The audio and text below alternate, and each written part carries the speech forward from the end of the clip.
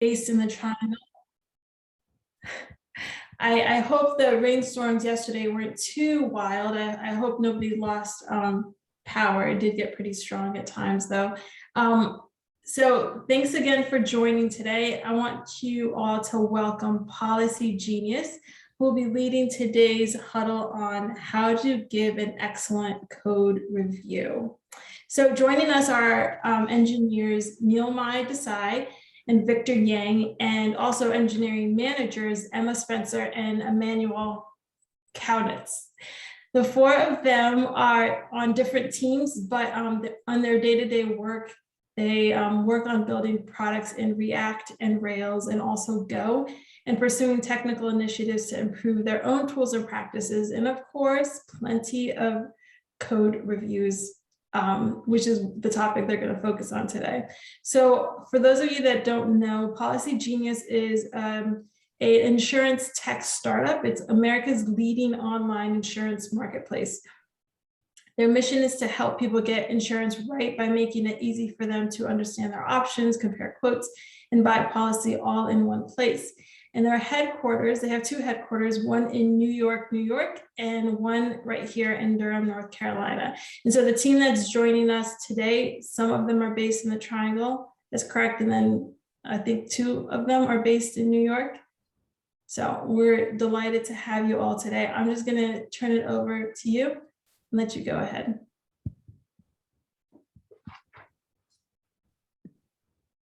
Hello. I guess we could start with introducing ourselves and like what we are, a little bit of our history and like what we do at PolicyGenius.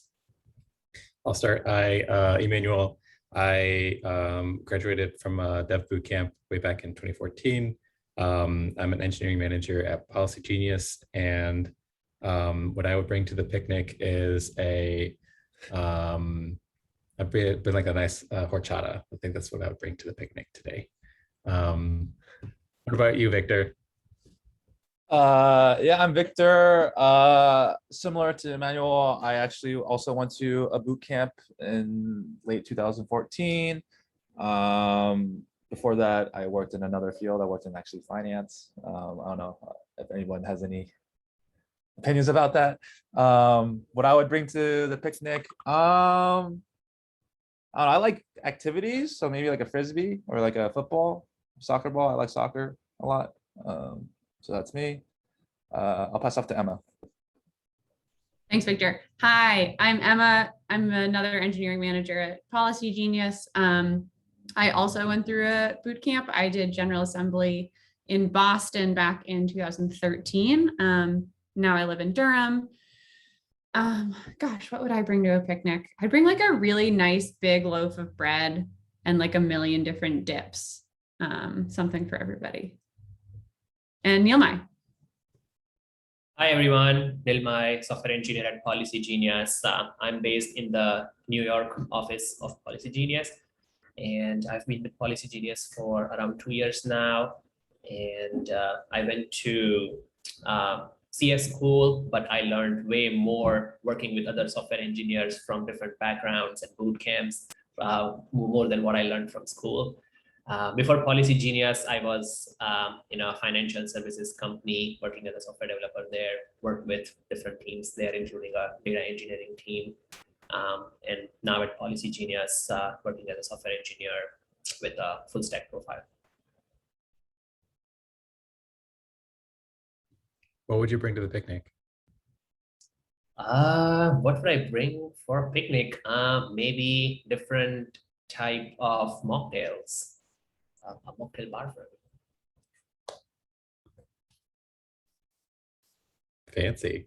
Emma, did you want to kick off, or are you happy to start?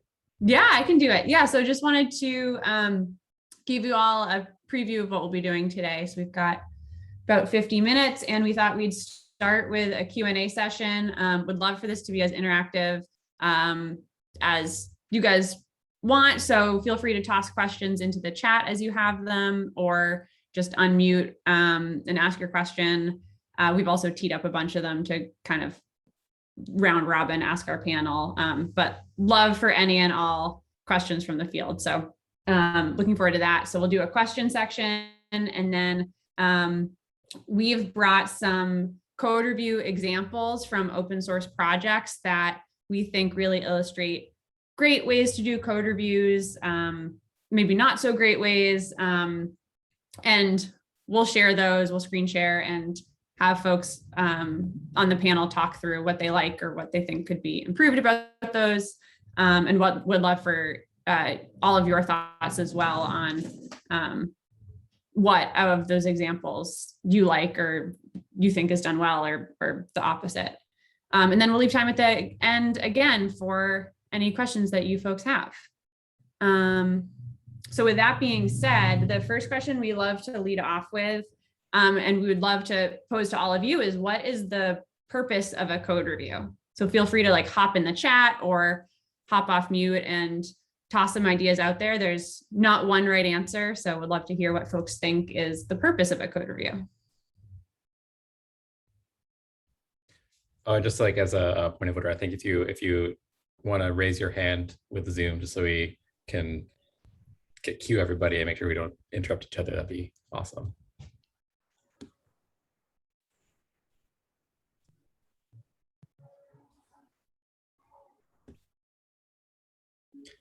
Yeah, I can say we want to improve the code when we review the code. Actually, yeah, that can be one objective. Yeah, thank you for sharing. That's great. So goal is improving the code, iterating on it. What else do people think?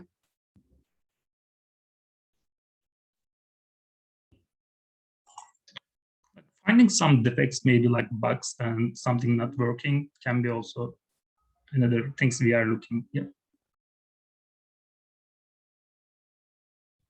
Yep, Crystal wrote, get another pair of eyes on your code to give you feedback. Absolutely. Thank you for sharing.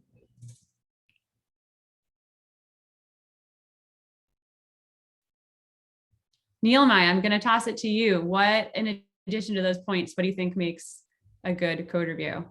Yeah, Crystal, awesome. So before I jump to Neilmai, you said give you different ideas, improve the readability of your code. That's great. Neilmai. Thank you, Emma.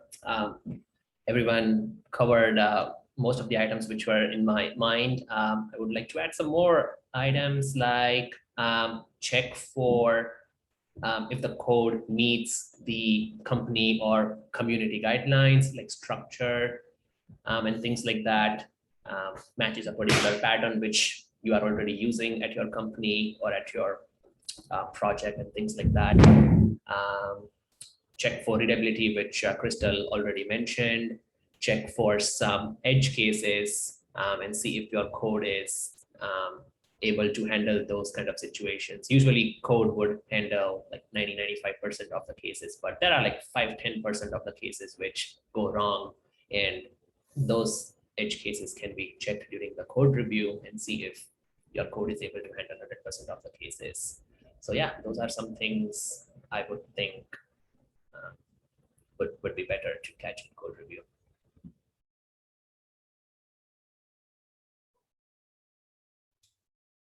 That's great. Thank you. Anyone else, including Emmanuel and Victor, have thoughts on what the purpose of a code review is? Yeah, I think part of a code review is a pull request and going through the process of writing out what you did, what the impact is, how you tested it, like all the different steps to, there's a difference between like merging something and explaining to others what you did. And I think going through that process is really can illuminate not only for yourself about like, oh, I missed this step, or I need, there's like maybe a box I didn't check, but also like creates like a log of the change that somebody in a year can come back and look at and be like, oh yeah, that's why they did that.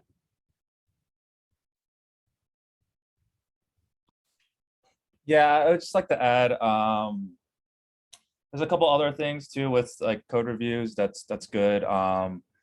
Especially like, you know, if you're like new joining the workforce or you're more junior person and you don't feel like, you know, you're like, oh, this person's like more experienced, like what do I have to like say? it's totally not about that. It's totally about understanding what the person is doing. So like, you know, in the situation where you are maybe someone more either new to the company, new to the project, or someone more junior, asking questions, be like, hey, like this part looks interesting. Like what exactly is happening here? You know, the person who wrote the code, who wrote the pull request, you know, should have a pretty good answer to follow up with that. And if they don't, like maybe that's a sign for, you know, oh, well, maybe you asked a really good question. Maybe they didn't think about it the way they thought about it. And through that sort of, you know, discussion could result in like code changes and stuff like that. So that's one thing I wanted to call out really strongly.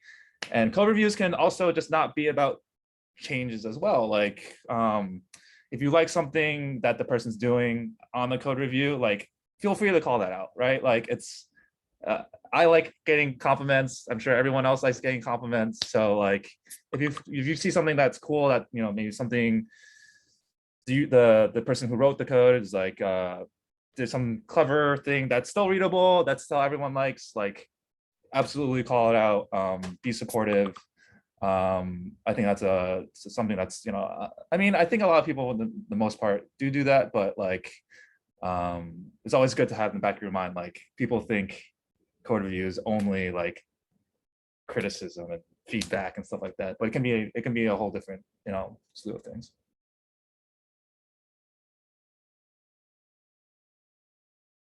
Thanks, Victor. That's awesome. That's really great.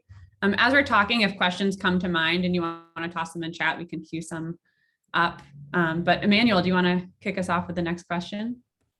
Yes, this is for, we'll start with Nilmai and then Victor and then Emma. What's the most impactful, now we know what a code review is, what's the most impactful code review you've ever received in your career?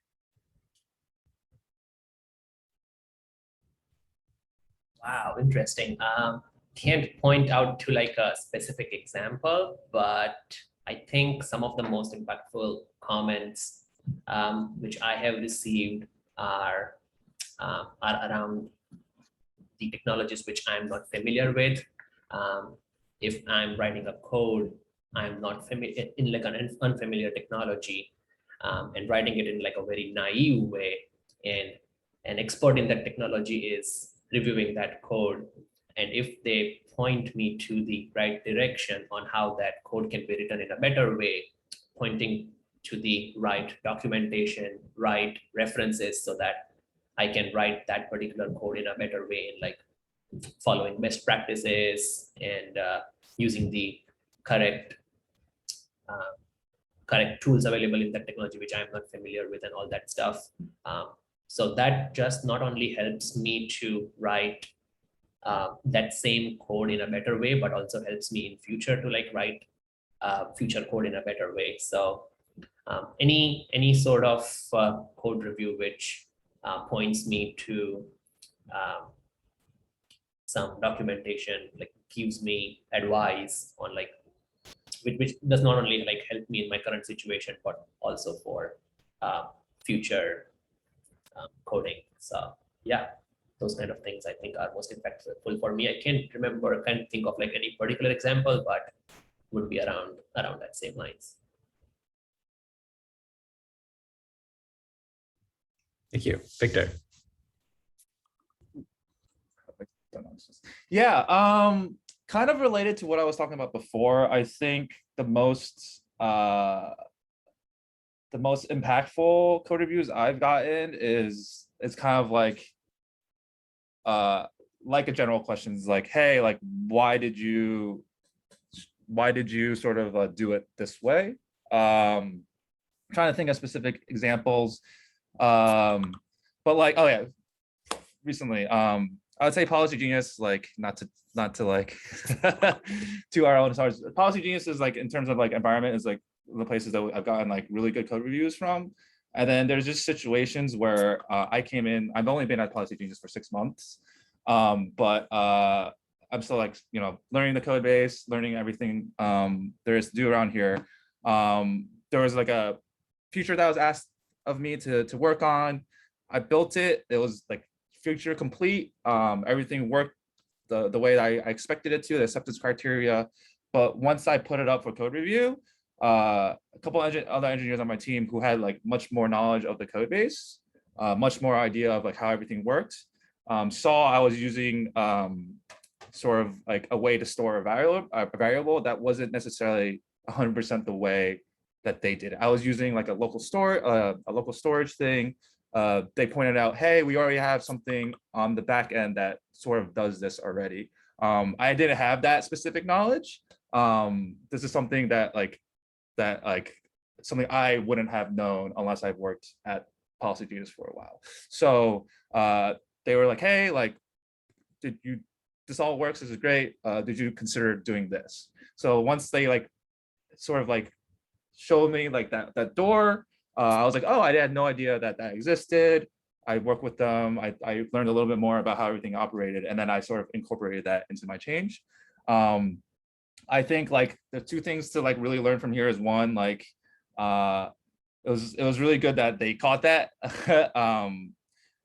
I obviously, like, again, I at that point in time was like, oh, I'm done, you know, this is great. But like knowing that going forward, because they sort of caught that sort of at the tail end where I did a ton of work already, I think that also showed me that, hey, maybe before even jumping way into this project, I get a little bit more insight on how everything works as well. So it was like two things that happened from that code review, right? One, they showed me something that I didn't know about the code base that definitely went more in line with what everyone does. But also secondly, like this kind of goes to show me, hey, like maybe I should have realized that maybe there was like a better way at the beginning, and then maybe bringing that up earlier. So that was really, really cool.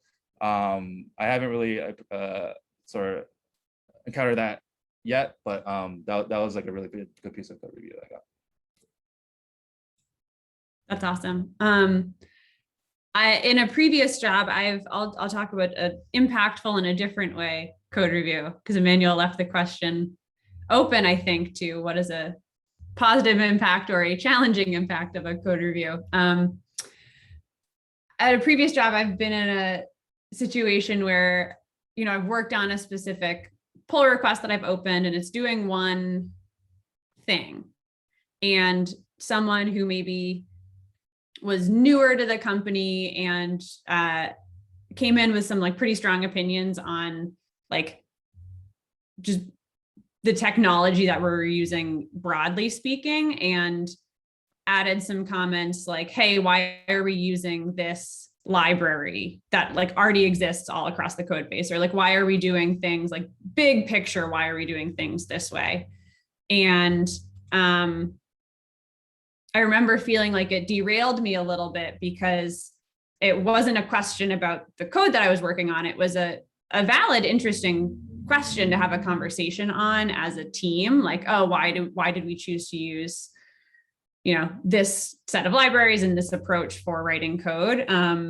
But in the context of my pull request, maybe wasn't the like right place for it. And what was important for me to figure out in that situation was how to move forward and to really like communicate with them and like go to them offline and say like, this feels like a bigger conversation. Like, do you think it's blocking my code from moving forward? Is there a way that we can like proceed with reviewing my code and kind of incorporating it into the code base, given that it like follows existing patterns and existing standards? And then maybe like separately, let's have a conversation around why as a company or as a team, we went down the path that we went bigger picture. So I think being able to identify like, is this valuable feedback in the context of this specific code review, not to like ignore it and say like, hey, this isn't relevant, like I'm going to ignore you, but say like, hey, this isn't the right place for it, and kind of separate those things was super helpful to me, because I felt like I could move forward with like my specific code and separate out what is feedback on what I'm working on versus like this thing that came to this person's mind while they happened to be looking at my code.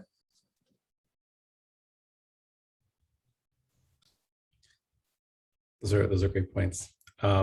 Before we move on to the next question, is there any questions from the audience of burning code review questions? They just keep you up at night and you're just like, can't wait to ask somebody who works at PolicyGenius about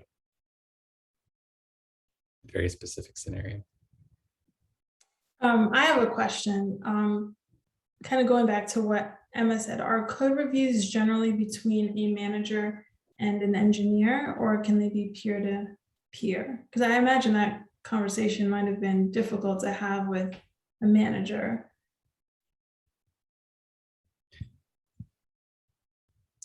Yeah, so I think at PolicyGenius, the manager is still hands-on in the code base. So you could expect managers to be submitting PRs and also to do code reviews.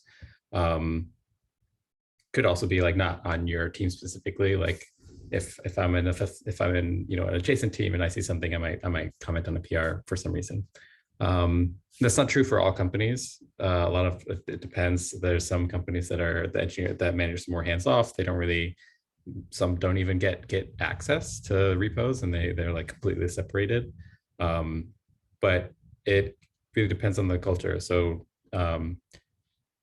getting code reviews from individual contributors is a blanket yes if you're a company that does code reviews, and managers are a maybe depending on how hands-on your managers are allowed to be in the code base. But yeah, it's a power trip. Yeah, I would say like the majority of code reviews that happen at PolicyGenius are between peers, and folks may be, at different points in their career. And then as managers, like we have a lot of different things pulling our attention in a bunch of different ways. So we'll code review when we can, and we really like to do it.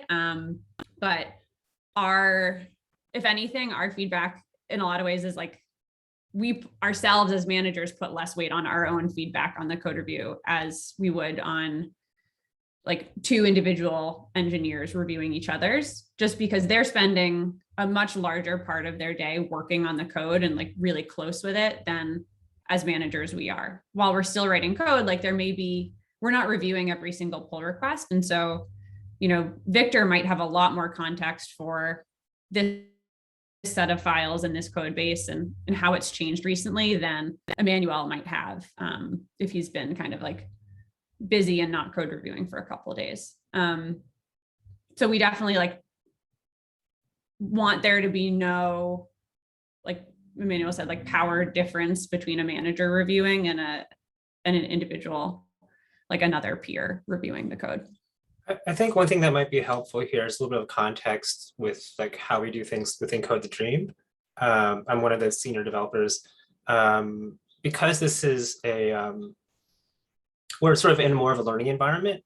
We are running projects, but we're also sort of like in the transition from the classes to being full projects. Oftentimes the senior, like there's three of us, and so we were basically operating as the engineering managers for each project. The code reviews end up becoming a part of like the pedagogical process in a way. So there's more of the reviews end up going to us rather than peers. We are working to find ways to increase adoption of peer reviews. I think that's just better overall. Y'all learning from each other, etc. So yeah, it's a little bit of different context from like a full-on just like dev shop where there's people of different skill levels, etc. That you can have that sort of like mutual learning environment. But I actually have a related question. Like I said, we're working to increase people's comfort levels with doing peer reviews. And so like, do you have any tips for like how to go about starting doing peer reviews? Like especially if you're starting out, you're just like not sure of yourself. Yeah. Yeah, that's a really great context. Thank you for sharing that, and makes total sense. Neilmai, what do you think? How would you get started with a peer review? So sorry, the question was like, how does like one start reviewing a code review, or is it for like how? Just in general, just sort of like, how do you get started generally with like, I've never done a peer review to like, actually like, okay, I'm really comfortable with this, let's keep going. Yeah. Got you. So like as a code reviewer, how would you like start Mhm. with the code? Mhm. Yeah. Okay. So yeah, like I would like tell you like what I usually do. First, usually like ideally when someone seeks code review in that pull request, ideally they should like provide some context on like what that code is about, like what kind of feature it's adding, what kind of like impact it's gonna add. But oftentimes the code review seekers forget to like add some context, and that's totally fine. I usually like check for context, and if it's not available, I just ask that, hey, what this feature is supposed to do, what this change is supposed to do. And once I get an idea of like what this particular code is supposed to do, I kind of like make a hazy structure in my mind. For example, if it is like a button to fetch a particular person's phone number, like a hypothetical situation, in my mind, I would create a structure that, okay, there would be some HTML, CSS, JavaScript for the front end for the button. Then there would be some API calls to the backend. Then for that, there would be an endpoint exposed. And inside backend, there would be like some code, like some business logic to call the database and fetch that person's phone number. So that is like a hazy idea in my mind. So there would be a little bit of front end, little bit of back end, little bit of query. And once I have that, I start looking at the code, start looking at the front end. There would be like some HTML, CSS, JavaScript. I look at that, look at the endpoint, look at the business logic, look at the query, things like that. That is like the main code part.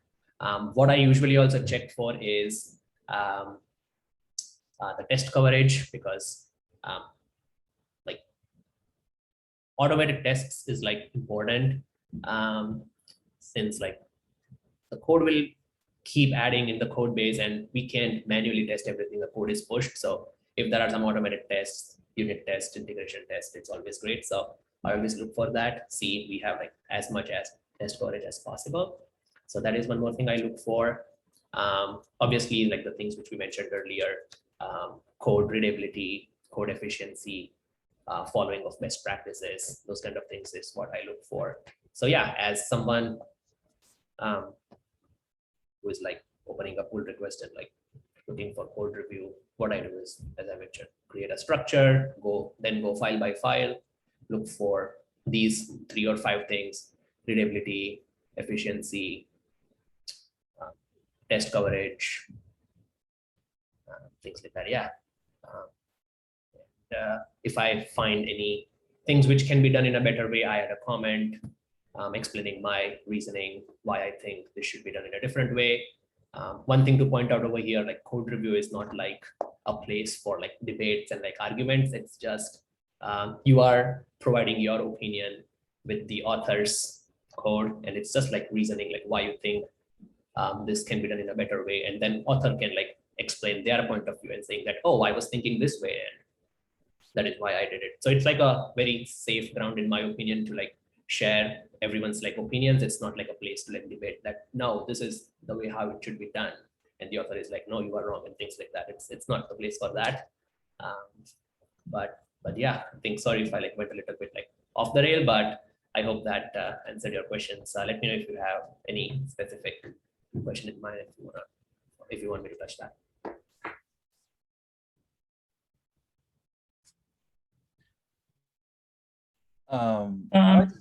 Sorry, I'm just adding really quick. Yeah, like I think if you're coming from like a background where you're not as experienced, I would always focus on stuff you do know. Like, so like Neil might mention this, like acceptance criteria, like you can test all that stuff out on your own, and you can do all that stuff like with that code base that you have there. So just like verifying all the acceptance criteria of the ticket should list everything out. So like you're almost doing like, especially if you're like learning the code base, you're just like, you're doing it to test out both the issue that they're trying to fix, but also like learn a little bit about the code base itself. And then again, it's like you can always focus on stuff you do and don't know. So like I think Neil mentioned this before too, like if there's a culture of tests, right? And we were all used to writing tests, you can always write more tests. That's something you can bring up as well. But it's also like stuff you can think about, right? So it's like, hey, like this person's building a feature to do these things, what would I test? Like, say they wrote tests, but like, hey, like, I can think of this scenario of like, I was testing your thing, I did this scenario, and it looks like maybe this edge case isn't handled. Do you want to write a test for that? Like, these are all things that like you don't necessarily need to have like all a lot of code knowledge for, a lot of like context for, but given like this set of code and the acceptance criteria, can you sort of think about like things that you would do, sort of thing. So hopefully that also helps a little bit, because yeah, like if you're a junior person not experienced giving code review, it can be very, very daunting.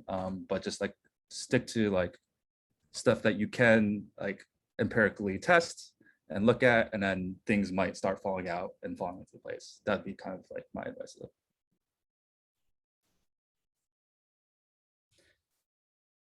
I'm so excited about this question because this is an engineering manager question, and it's so rare to get them. How do you create a culture of peer review?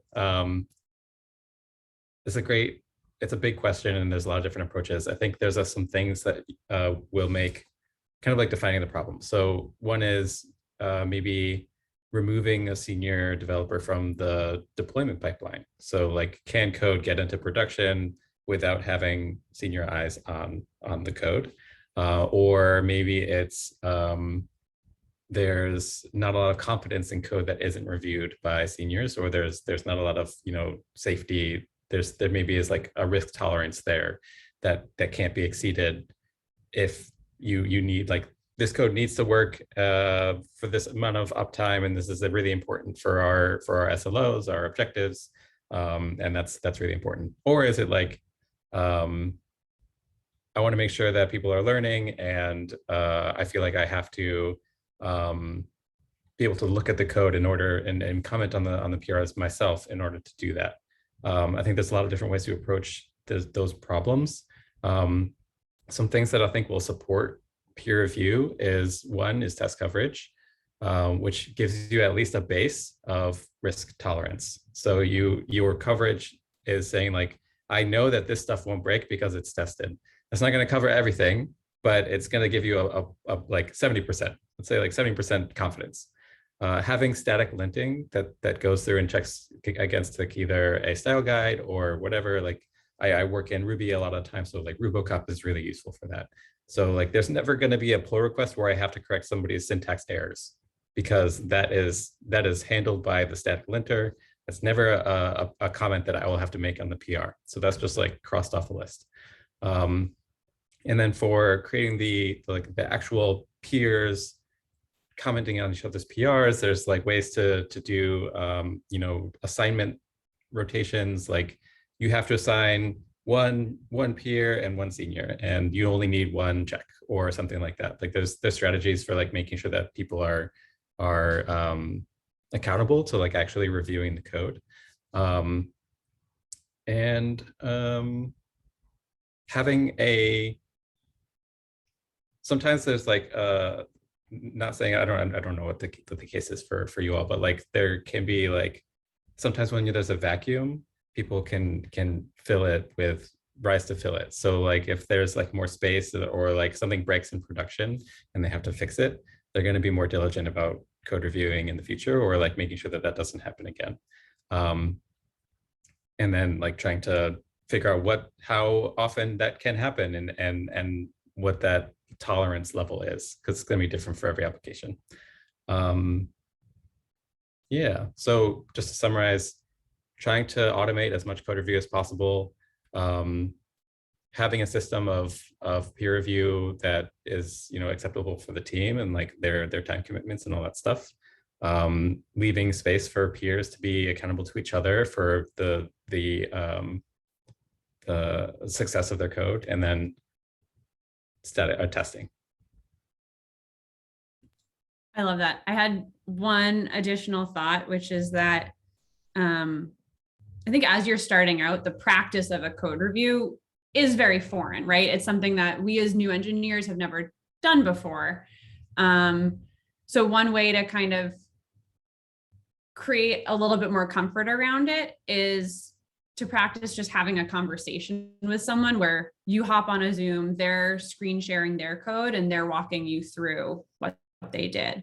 And so rather than kind of putting you in a position of, oh geez, I've never done a code review before and I'm not really sure where to start, you change the dynamic. And so you maybe I say like, Emmanuel, let's hop on a Zoom, and he's worked on this pull request, and I can look at the pull request, but I can also look at his video, and he's walking me through his whole logic for how he went about making the changes that he did.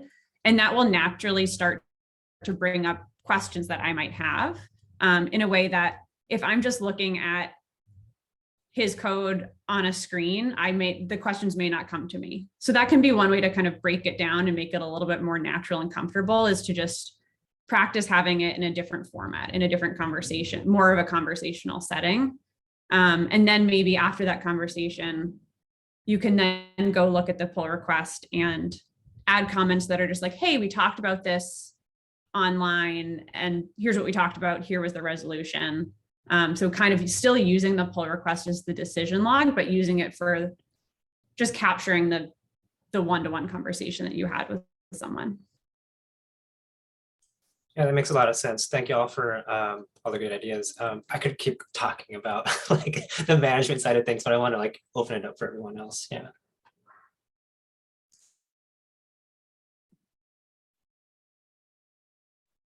We've got a good question in the chat. Are our internal code reviews an informal or a formal process? Do we have a documented format, and can we share what that looks like? Victor, do you want to take this one? Yeah. I wonder what everyone else's answer will be, but I would say ours is probably a mix. So we do have documented portions of this. So like when you create a pull request, there's a template that you have to fill out, and I believe this is true for every team on our in PolicyGenius. So there's like a bunch of stuff that like it's almost like required, like not required, but you should fill out, like the descriptions, the Jira ticket that's associated with this thing. If there's other related PRs, there's checkboxes as well. That's like, hey, have you run tests? Have you written your code? Have you wrote more tests to test these things? There's a section on our PR template as well that says if there's any sort of tech debt that we had to sort of accrue because of this PR, that we log it somewhere. So like in terms of the actual PR and creating it, there is like a whole template, and it's pretty much formalized. In terms of the actual code review itself and the whole process around that, there's like a little bit of a mix. It's kind of also very dependent on the team itself, right? So some teams like very extensive back and forth on their code reviews. Some teams don't. I think so that kind of things is where stuff gets a little bit more like it's a mix.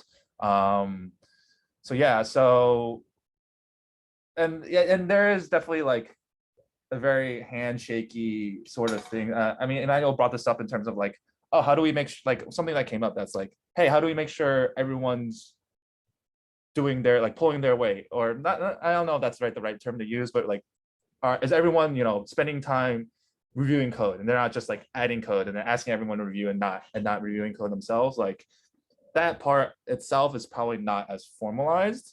And it's really hard to kind of formalize it. You have ways to sort of be like, hey, like, yeah, like if you ask for a code review, then you should also give a code review. There's like ways to go around it, but that part on itself is a little bit harder to sort of like formalize, because I think there's just a lot of different variables that go into that sort of process itself. I don't know if, yeah, you don't mind, Emmanuel, I don't know if you disagree with what I said, but that's kind of like sort of my understanding of code reviews. Yeah, +1 to what Victor said. That's my understanding as well. Having a code review is kind of like formal and required in PolicyGenius. Like you cannot merge code unless it's like reviewed by at least one other peer or like one other person in your team, or like outside of on the team if it's like touching things which is outside of the team. So yeah, code reviews are like 100% required.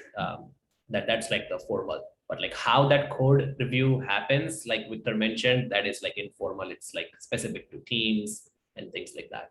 So yeah, it is like a formal requirement we have for like any code to get merged. It should be like reviewed by one more person other than the author. But like how that code review happens is dependent on the team, their team's culture. That's like a informal process there.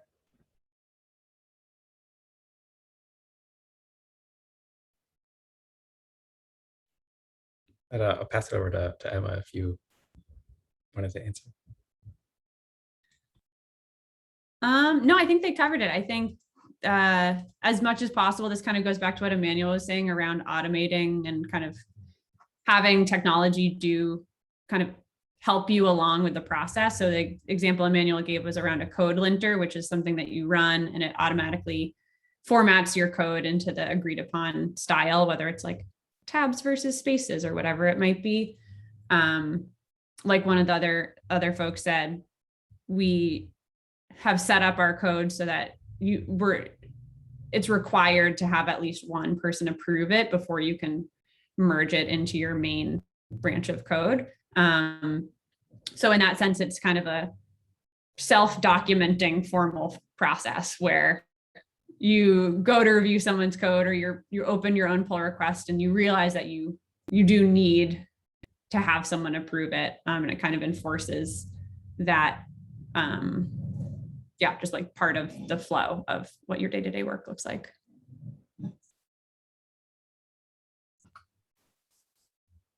As far as a template, we as mentioned, we don't have a template, but I think there's some good ones out there.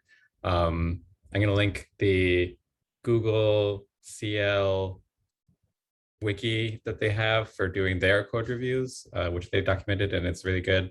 It's very comprehensive. It's not like perfect, but it's a good starting place if you're trying to find more information on like, what am I supposed to look for? How am I supposed to say it? What is the point? Like those kinds of questions. Cool. Adriana, I don't want to pick on you, but you raised your hand and then you put it down. Did you have a question? Yeah, sorry. I didn't want to interrupt anybody. My question is regarding the certification 9001. So in your company, do you follow for peer review some standards to assurance the quality of the product? Is the question like, are we under some sort of like regulatory compliance? Yeah, there is a 9001 quality assurance for systems. So in your company, do you follow any standard to assurance the quality of the product when you do a peer review, or in general when you, now we are talking about peer reviews, but in general? This is the first I've heard of ISO 9000. ISO 9001. Nice. We don't have those regulatory compliance standards. We don't have a QA standard or a work standard of our work product standard that we hold ourselves to. We have more informal ones, like we have SLOs, we have, we have goals for uptime, we have different, like we have our metrics for measuring the success of our engineering teams, but not to that level. Okay. Yeah, I asked you because I was curious about the peer reviews. How did you implement if you have that certification? Thank you. Great. Thank you for the questions. Any questions, or I can pull one out of the hat?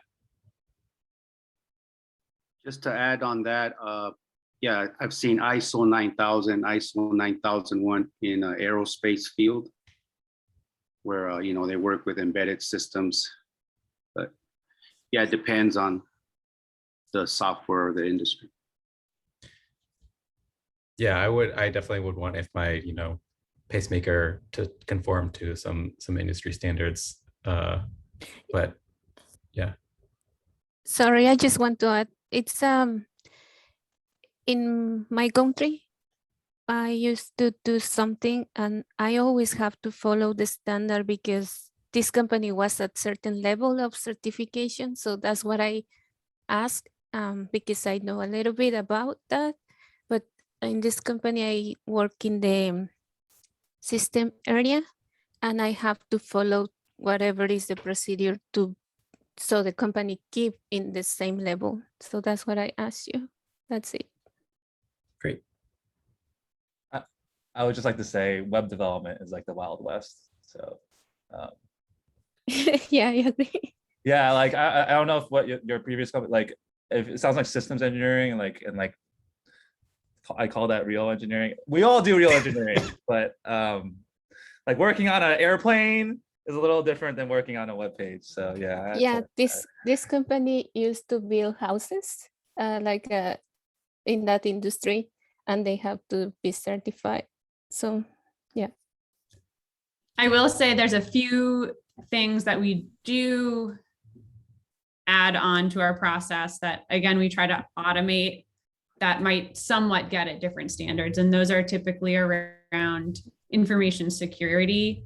So as you're, you know, writing your code, you're using certain versions of libraries, and those versions could have vulnerabilities that might expose your application to certain security risks. And so we do have a tool that will automatically scan our code and look at the version numbers of each package that we're using. So say we're writing Rails and we include a, you know, Rails code, we include a gem for connecting to the database, and version 1 of that gem has some security issue that's been discovered and reported. This system will then send us a notification that says like, hey, you need to update to the next version of that package in order to remove that security vulnerability. So that we do have some of that in place to know that we are meeting a certain level of information security standards.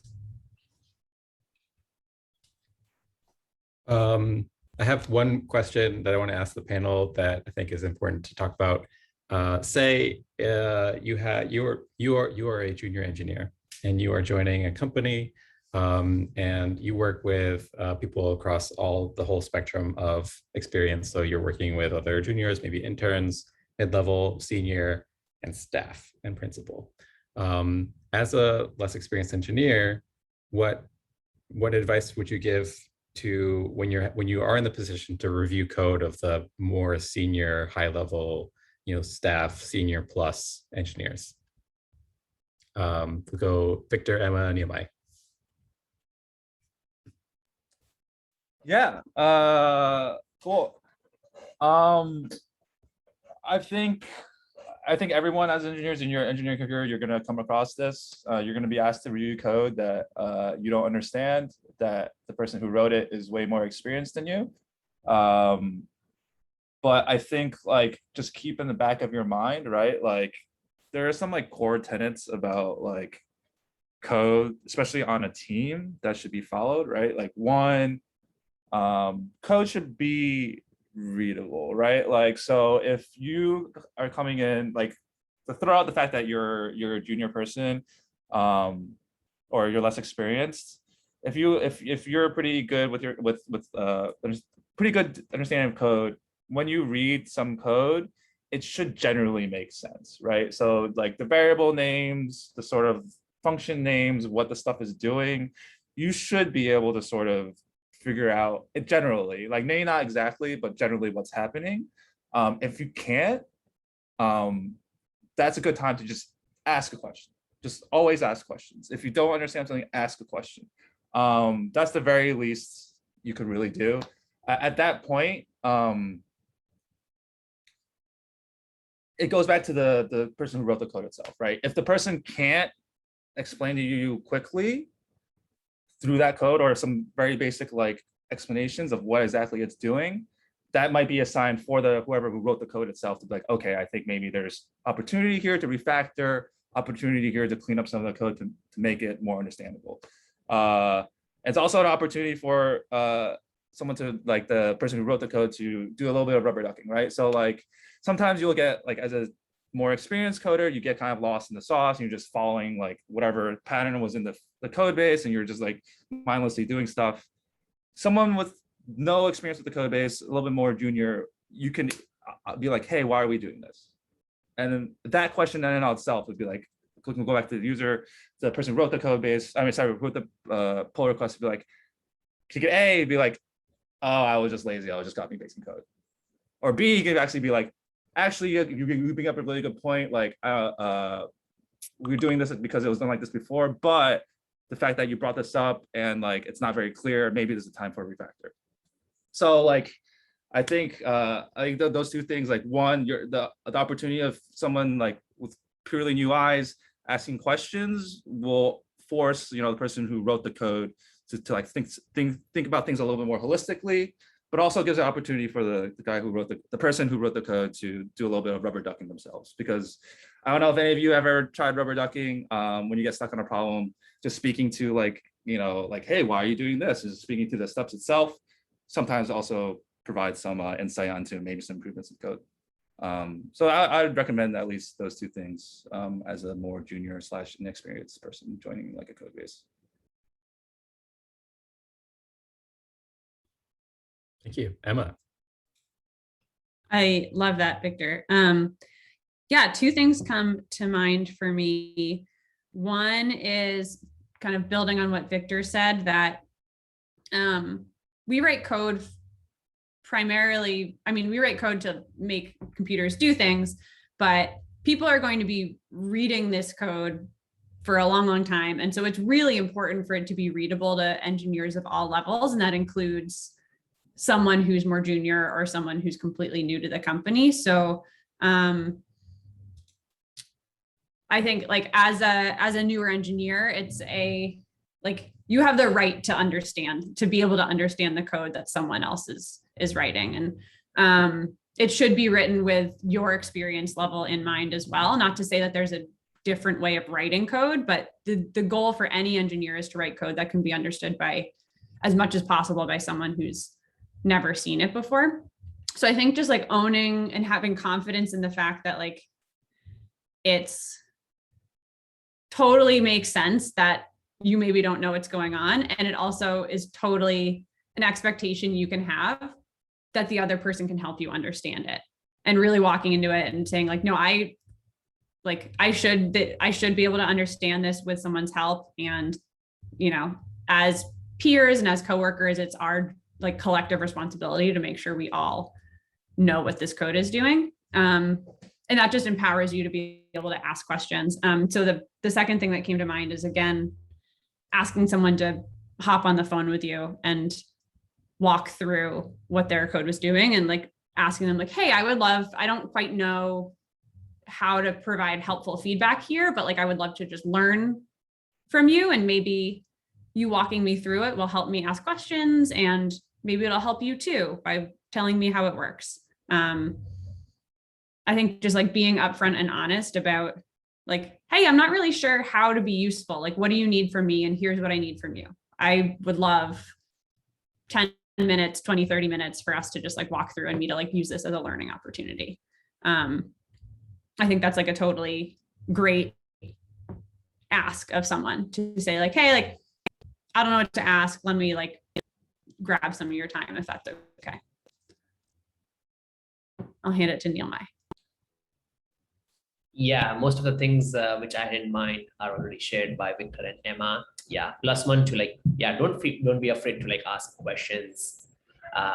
Everyone in software industry and like computer science community is super excited to like share their knowledge. And if you ask them question, you are just enabling them to share the knowledge which they really badly want to. So don't be afraid to like ask questions.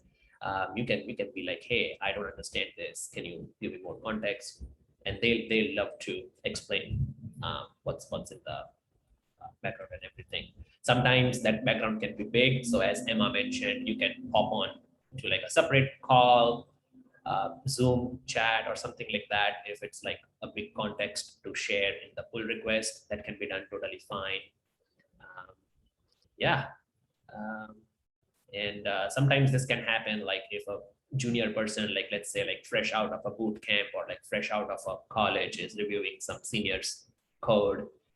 They are like super algorithmic sassy people. They might like point towards the code efficiency and like big O of n and big O of log n and all those algorithmic time complexity and all. That is fine. Yeah.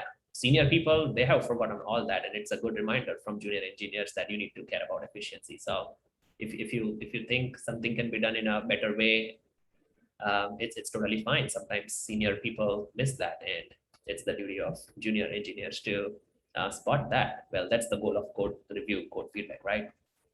So yeah, feel free to do that.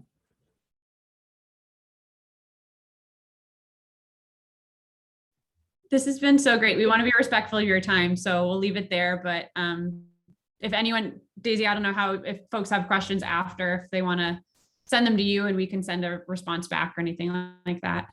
Yeah, that sounds great. If anybody has questions after, we can post it in the intern Slack channel. And then when we get a critical mass, I will forward it to the team at PolicyGenius. Emmanuel and Emma and Victor and Neilmai, thank you so much. I think these are really actionable steps to not only do an excellent code review, but then also kind of create a culture of code reviews that can kind of grow and perpetuate over time. So thank you all so much for your time and for your expertise.